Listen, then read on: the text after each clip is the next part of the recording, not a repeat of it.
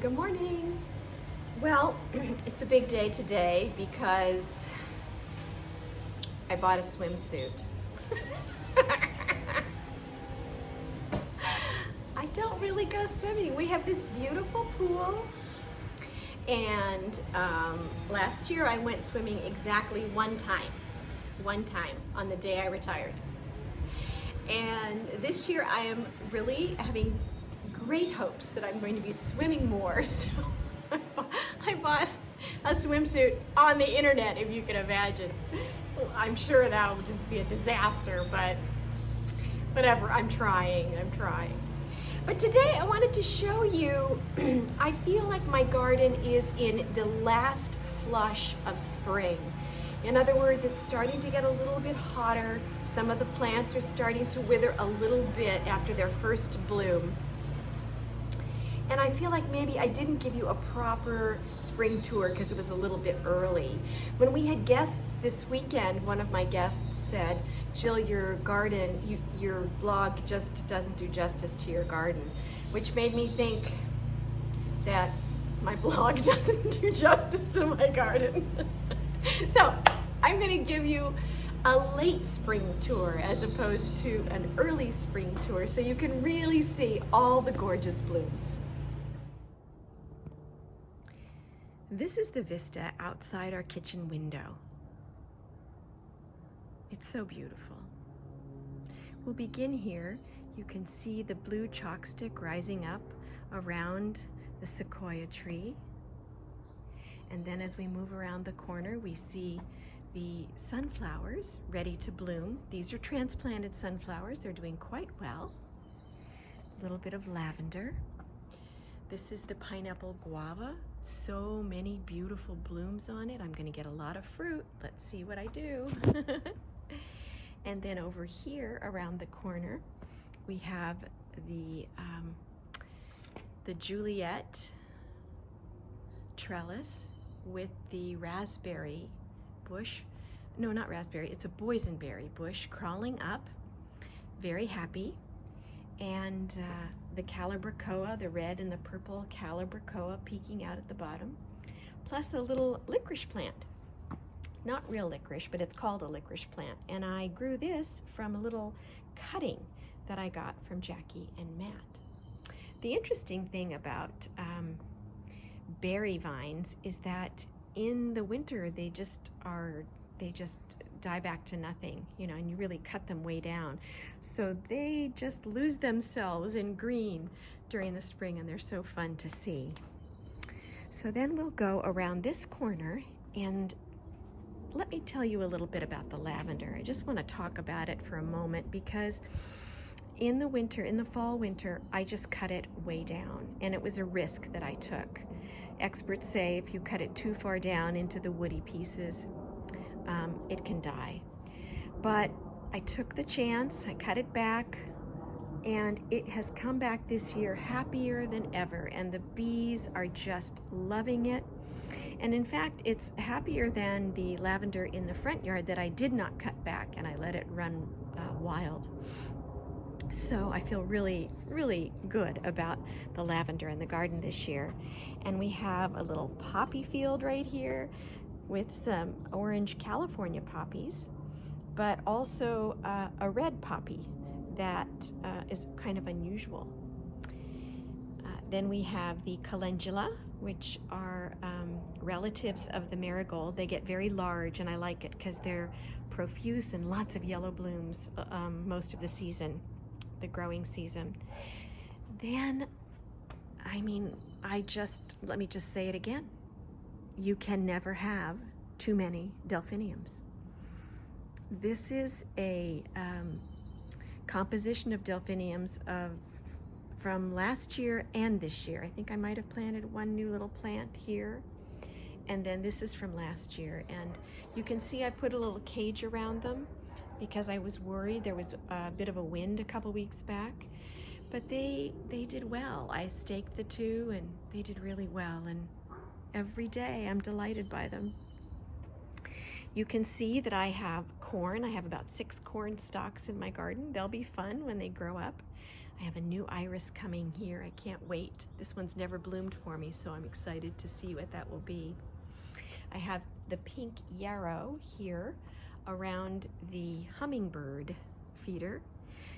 Pink yarrow is a little more unusual, and it blooms so beautifully and so profusely. If we look here, we see foxgloves gone wild as well. So many stems. You know, normally foxgloves are large and tall, but they come in maybe 1 or 2 stems when you get them from the nursery. But this one has this is again a repeat foxglove from last year, and it is just showing off. So many beautiful blooms there. But look at this nasturtium. This is one of the things I really wanted you to see, because nasturtiums are a little bit heat shy, and so as it heats up, this will not stay as beautiful and lush as it is right now. But oh my, what a delight to see it, all those little faces. We have a little red Gerbera Daisy hiding, and you can see some of the bees on the lavender there. More corn here. This heliotrope is so happy this year.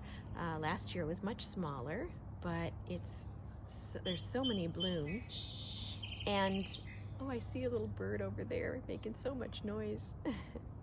The heliotrope follows the sun, so the little blooms follow the sun during the day.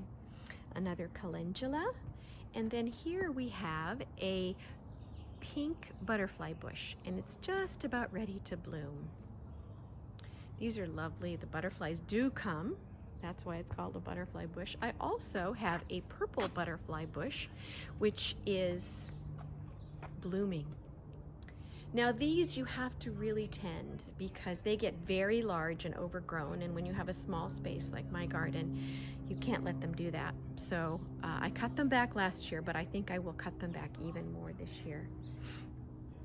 Over here we have the life of the party, which I've shown you, but I want to show you behind the life of the party 2 things. There's some dill that I planted there, and I planted that because my grandfather's garden always had dill, and I wanted a little bit of dill in my garden. And then here is a volunteer tomato. So it's an indeterminate tomato. Last year it bloomed through December. So God bless you, little guy. Now if we back up, you can see, look at these hollyhocks. They are much more robust this year, more profuse. Last year they were more like this. I had 2 sort of singular stems from each of these plants. But this year, in particular this one, you can see how there's many stalks that are shoots off of the main stem. So I'm gonna get lots more flowers this year.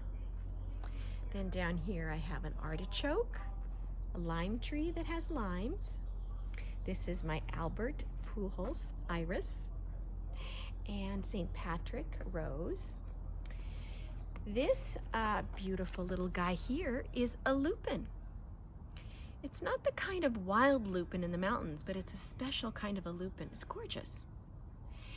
And a bush bean right next to him, a sun-credible sunflower there, Our Lady of Guadalupe in the back, more Delphiniums, my favorite. And then a little firecracker bush here. This was a gift last Mother's Day from my daughters. Poppin', little guy's poppin'. Some more calendula. As we go around the corner, we have chamomile and oregano. And then over here we have Greek oregano and another bush bean. The Irish strawberry tree is encircled by the blue chalkstick succulent. And here I had a little cage full of the mountain lupine, the purple lavender, and the chamomile. Earlier in the season it was very beautiful. Now it's a little dry. Here is the mountain lupine. These are the things that are in my garden up in the mountains. These beautiful little purple blooms. And they have these seeds. So I'm gonna pluck some of those seeds and have more lupine next year. This Gerbera Daisy I cut back to the quick in the fall. And now it's just gone crazy. So it was the right thing to do, and I'm gonna do that to all the rest of my Gerbera daisies this year. This, all my beautiful irises were here. This is a tomato called chocolate cherry, and another foxglove, my beautiful rose tree, all a twitter, my cucumbers losing their minds. I have my veg garden, which is doing quite well.